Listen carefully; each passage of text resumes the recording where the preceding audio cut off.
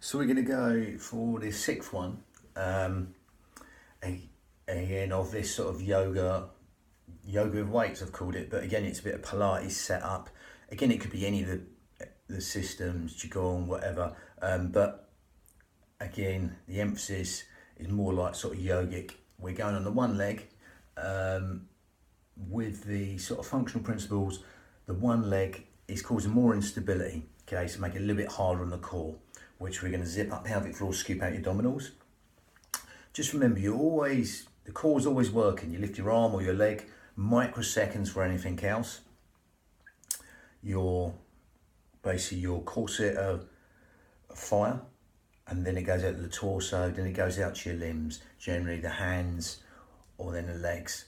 There's a foreign sequence of the body, what's happening. So this is always being used.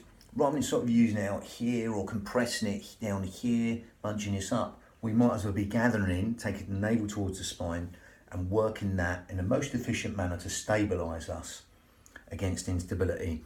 Again, that's pretty much the Pilates principles. The one leg phase here is very important for posture. 85% of the time we're on one leg. So again, we're just simply over mimicking a walking gait, making this nice and functional for everyday life. Again, function is always a good goal, as well as all the aesthetic principles, which I'm not into. But again, I digress there. Again, this is for function. So we've got lightweight, so we're exploiting the speed and tempo, making it easier or as hard as you like with the speed and tempo. So again, with this one, we're bringing in the rear shoulders. So we've got a slight lean. All that means is we're not coming this way. I'm partially emptying the foot. I'm going to go back and demonstrate the feet in a minute. We're taking one foot back, partially emptying the back leg, and we're coming to here. We're slightly leaning this way. So we're bringing in the rear shoulders, the most neglected muscle or part muscle around in gyms, etc. So we're bringing in that rear shoulder. You'll find the rhomboid muscles, the house muscles out the back here between your shoulder blades, are coming back here to help us bring the shoulder blades back. Just watch this, because these upper tracks do like to take over. So we keep the shoulders down. Always say before, just drop your shoulders, let your mind know where they are, your peripheral vision know where they are.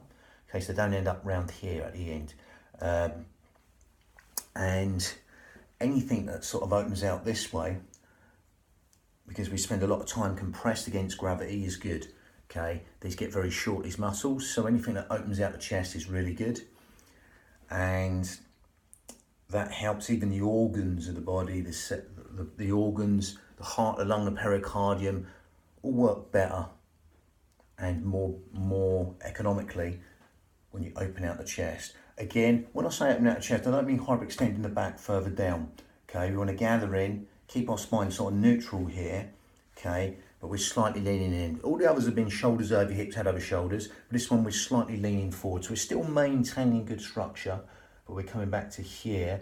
Then we're going to take the other leg back, pause there, and go again. So we're slightly changing the angle so we get these rear shoulders. So gravity's bearing down on these rear delts, these rear shoulders there. Okay, so just using light weights, and we're going to gather in and take the navel towards the spine.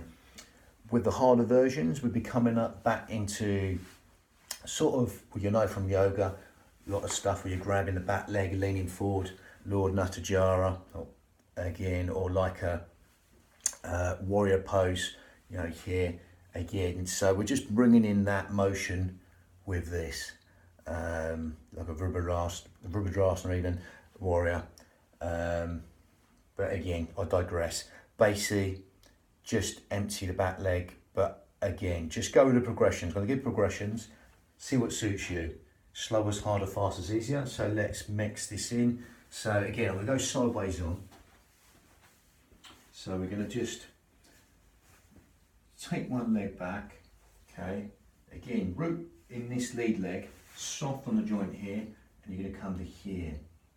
And you're going to slowly come back down.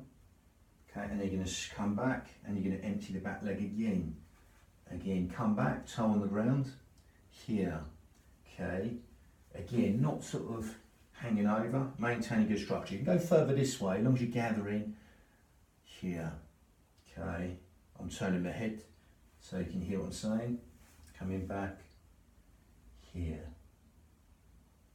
Now again, if you want to take it on further, as with all these ones, if you want to lift the leg a little bit higher, you can do. It's going to come forward so you can see this. Struggling for a bit of space here, but again, coming forward and back.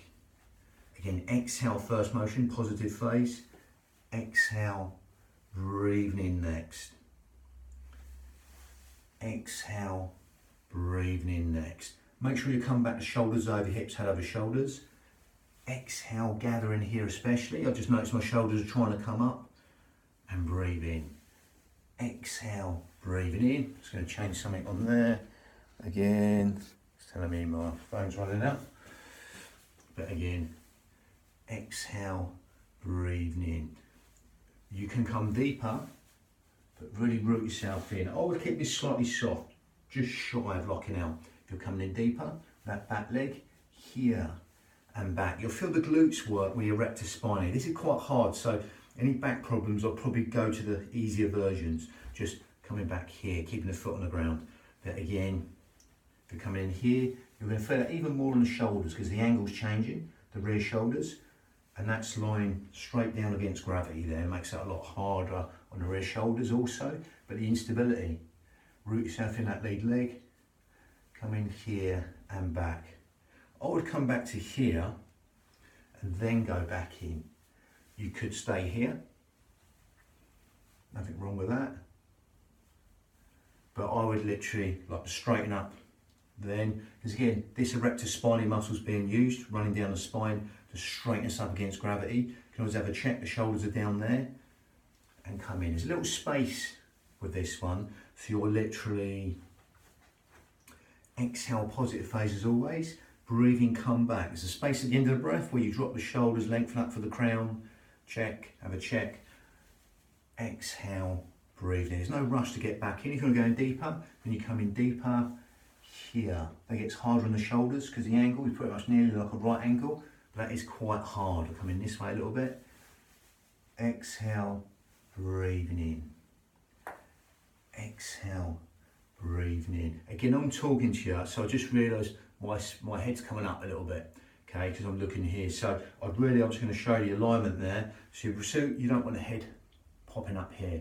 Slight hyperextension, cramps these muscles here, the occipitals. So we're going to just imagine that line. So I'm going to not look, I'm going to do it now. Exhale, breathe in. Exhale, positive motion. Breathe in if you want to make it harder. You can either stay there or come back. Lovely. So that was number 6 of this yoga with weights. But again, quite a hard version, that one. If you just want to come to here, take one leg back, put a foot on the floor, I'd start there. Because you really do feel your rectus spinae work there. The glutes, the buttocks, they're being lifted there. So you really feel them work. And a lot of instability with that. If you need to soften that resting leg a little bit more to stabilise, you can do that. You can sort of soften, but I wouldn't let the lead knee go past the lead toe, personally. There's the two subjects for that, but I'm just being on the safe side. The sort of Iyengar yoga principles of alignment there. That's all I'm doing there. But optional to you. See what suits you. Remember, it's your unit of your mind and body. Zip up, gather in, and just simply calibrate and synchronise the breath and the motion, and find your speed to make it as easy or as hard for you. Love it. That's number 6. So we go number 7 next. Lovely. Bang.